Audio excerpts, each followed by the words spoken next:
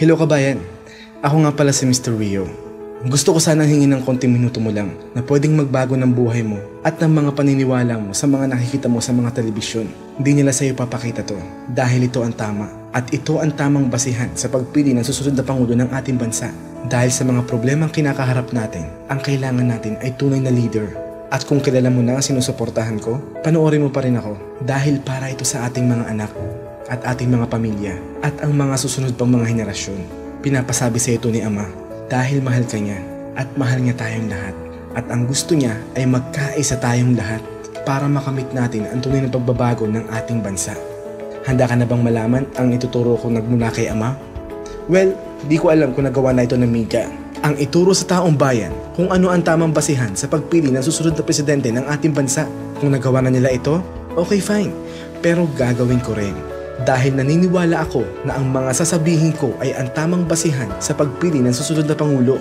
Dahil di mahalaga kung sino ang gusto nating iboto. Ang importante, sino ang dapat nating iboto. Gaya po ng mga nakaraang video ko, simple explanation na lang para mas magets po ninyo agad. Sila ang 5 kumakandidato sa pagkapangulo.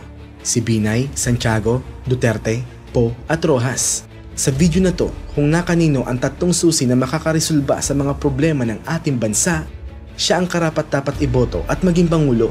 Ano-ano ang 3 susi na ito? Una, kung sino ang may planong ayusin ang bulok na sistema ng gobyerno natin. Pangalawa, kung sino ang may planong ibalik ang parusang kamatayan. Pangatlo, kung sino ang may planong puksain ang droga sa bansa. Yan ang 3 susi o lunas para masolusyonan ang mga problema ng ating bayan. Bakit? Ilarawan natin ang problema ng ating bansa sa isang ahas na may 2 ulo sa magkabilang dulo. Ang unang ulo ay ang government system natin, which is the presidential system. Ang kabilang ulo naman ay ang droga. Sabi nila, ang pinakaulo ng ating mga problema ay ang korupsyon. Tama po kayo, pero di siya ang ulo ng ating mga problema. Kaya may korupsyon dahil sa government system natin. Nakapaloob sa presidential system na ito na magkaroon ng pork barrel ang Pangulo, mga senador at mga kongresista na nagiging sanhi ng walang pakundangang pagnanakaw sa kaban ng bayan. So kung babaguhin ang bulok na sistema na to, siguradong mapupuksa ang korupsyon sa bansa. Lagi po nating tandaan na kung sino man sa 5 kandidato na to ang walang planong ayusin ang sistema ng gobyerno natin, isa lang po ang ibig sabihin nun. Ayaw po nila ng pagbabago. Dahil sa lecheng sistema na to, nagkandaletse-letse ang ating bansa. Dahil ang makanakaw sa government system na to ay napakasimple lang po. So sino nga ba sa 5 kandidato ngayon ang may planong ayusin ang bulok na sistema ng gobyerno natin? Si Binay ba? No, wala siyang planong baguhin ang sistemang ito. Plano niya pang ibalik ang pork barrel, di ba? Si Madam Miriam Defensor Santiago ba? No, anti-corruption si Madam. Pero paano niya pupuksain ang korupsyon kung wala naman siyang planong ayusin ang sistema ng gobyerno natin? Wala rin, di ba? Si Madam Grace po ba? Hindi rin. Isa siya sa 4 na kandidato na walang planong baguhin ang sistemang ito. Si Rojas ba? Lalong hindi. Ano bang sabi niya? Ipagpapatuloy niya ang nasimulan ng Aquino administration. So anong pagbabago doon? Lalong wala, di ba? Si Mayor Rodrigo Duterte ba? The answer is a big yes. Siya lang ang may planong gawing federalism ang government system natin na susi para mapuksa ang korupsyon sa gobyerno. Dahil ang isa sa mga main problem ng ating bansa ay ang kakulangan sa budget para matustusan sana ang mga programa o mga proyekto na mapapakinabangan sana ng ating mga kababayan. Sapat sana ang mga pork barrels na to. Ang problema nga lang talaga, binubulsa ito ng mga pulpolitiko kaya laging kulang.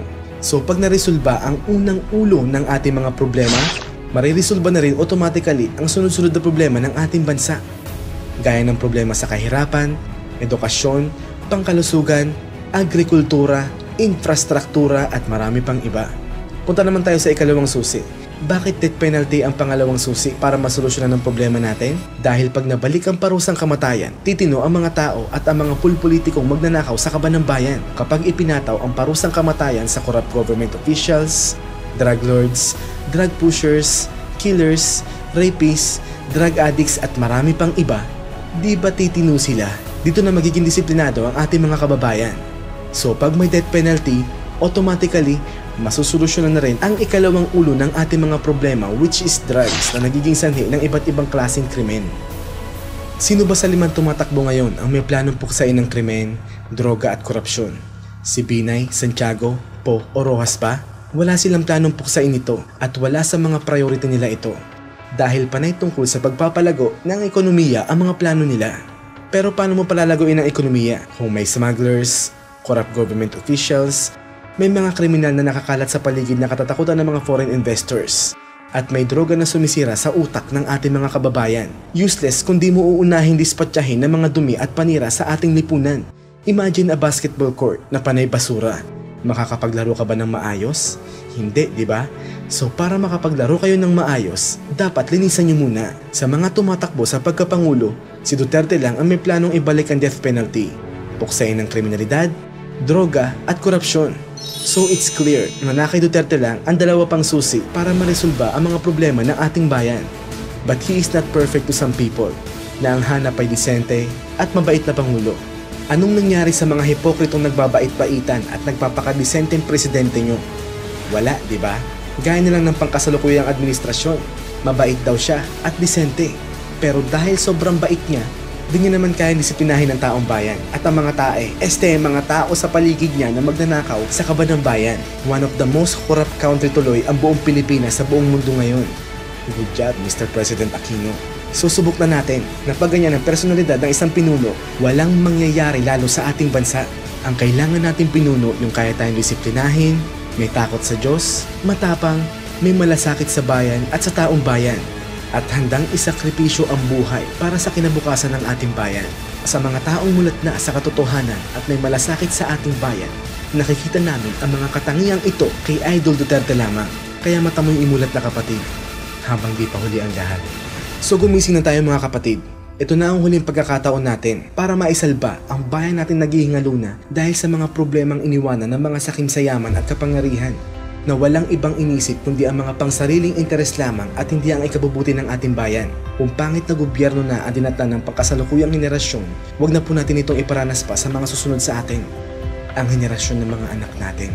Kaya habang may oras pa, iboto natin ang karapat-dapat kapatid. Sino ang karapat-dapat? Na kanino ba ang tatlong susi para maresolba ang problema ng ating bansa? Siyempre, na kay Idol Duterte lang. Sa madaling salita, siya talaga ang nakakaalam ng solusyon para sa radikal na pagbabago ng ating bansa. At kaya mo, gaya ko, gaya nating lahat. Nagmumura siya at medyo bastos? Oo naman. Pero, nagpapakatotoo lang siya dahil gusto niyang tanggapin natin siya kung sino siya. At kung galit kayo sa kandidato ko, yun ay dahil nilaso ng bias na media ang inyong mga isipan tungkol sa kanya. Because the media are focusing on his bad side. So yun lang ang nakikita nyo. Ayaw nilang ipakita sa'yo ang kabutihan ng puso niya. Dahil once na pinakita nila yun sa'yo, alam nila na mamahalin mo siya. Look at him on his good side at malalaman mo ang katotohanan. At oo, pinapatumba niya ang mga kriminal. But they are criminals. Ang rason kung bakit niya ginagawa yun, dahil mahal niya ang mga inosenteng tao at mga law-abiding citizen na katulad mo, katulad ko, at katulad ng mga maraming tao. At kung takot ka sa kanya na mamuno siya dahil alam mo na makasalanan ka, di pa huli ang lahat para magbago kapatid. Dahil kung kahapon at ngayon nagkamali ka, huwag mong kalimutan kapatid na may bukas pa. Kaya hindi pa huli ang lahat. At si Idol Duterte po ay parang pison. Nababanggain lahat para lang sa magandang kinabukasan ng mga susunod pang mga henerasyon at para makamit natin ang tunay na pagbabago sa bayan natin. Ganyan dapat kalakas ang presidente natin. Lahat gagawin para sa atin. At siya lang ang may planong pagbuklurin ang lahat ng mga tao sa Pinas. Dahil watak-watak tayo. At kaya may mga rebelde dahil ayaw sa kanila ng gobyerno. Sa halip na sa mapayapang paraan daanin ng pagsasaayos ng mga problema, dinadaan ito ng gobyerno sa pamamagitan ng digmaan. Kaya walang kapayapaan. Pero kung magsasama-sama tayong lahat at magtutulungan, mabubuo nating muli ang bansang matagal nang napag-iwanan. May magandang plano sa ating bansa ang Panginoon. At kung ano yung plano na yon, excited na rin akong malaman yun. 3 dekada na tayong minamanipula ng bias na media at ng gobyernong to. Ito na daw ang katapusan ng panininlang nila sa ating lahat dahil Diyos na mismo ang magiging nating media para ipakalat sa inyo ang katotohanan at ang mga plano niya. Mahal ka niya, mahal niya tayong lahat. Kaya ang gusto niya, magkaisa tayong lahat. May God be with you to enlighten your mind, brother. And brace yourselves, brothers and sisters, because change is coming. Pinapasabi po sa inyo ulit ni Ama, everything you see is part of God's plan.